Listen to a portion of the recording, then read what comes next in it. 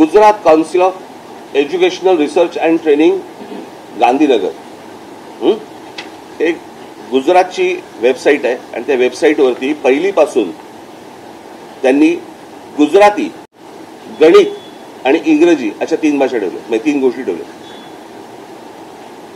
मग जर गुजरातमध्ये पण नाहीये तर तुम्ही महाराष्ट्रात का लागतात?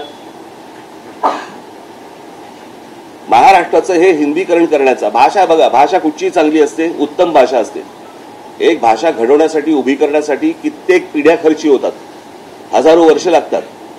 जशी गुजराती भाषा आहे, जशी मराठी भाषा आहे, जशी तमिळ भाषा आहे, प्रत्येक भाषा ही उत्तम भाषा असते.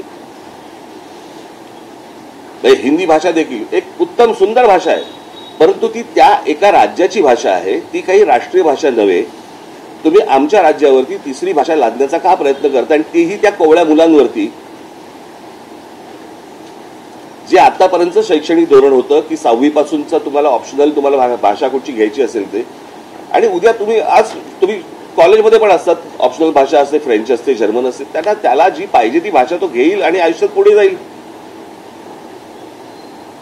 तुम्ही हे का लादतात आणि कशासाठी लादतात, ह्याच्या मागचं काय कारण आहे? मला असं वाटतं की तुम्ही पत्रकार म्हणून सरकारने ही गोष्ट विचारली पाहिजे.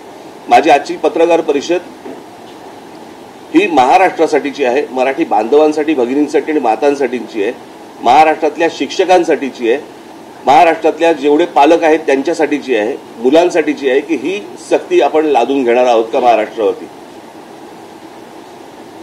म्हणजे आधीच मराठी भाषेबद्दल जी या प्रकारचे काही थोडी बहुत अनास्था आहे, त्याच्यामध्ये जर समजा हिंदी तुम्ही अजून जर समजा लादलीत तर उद्या ही भाषाच संपून जाईल.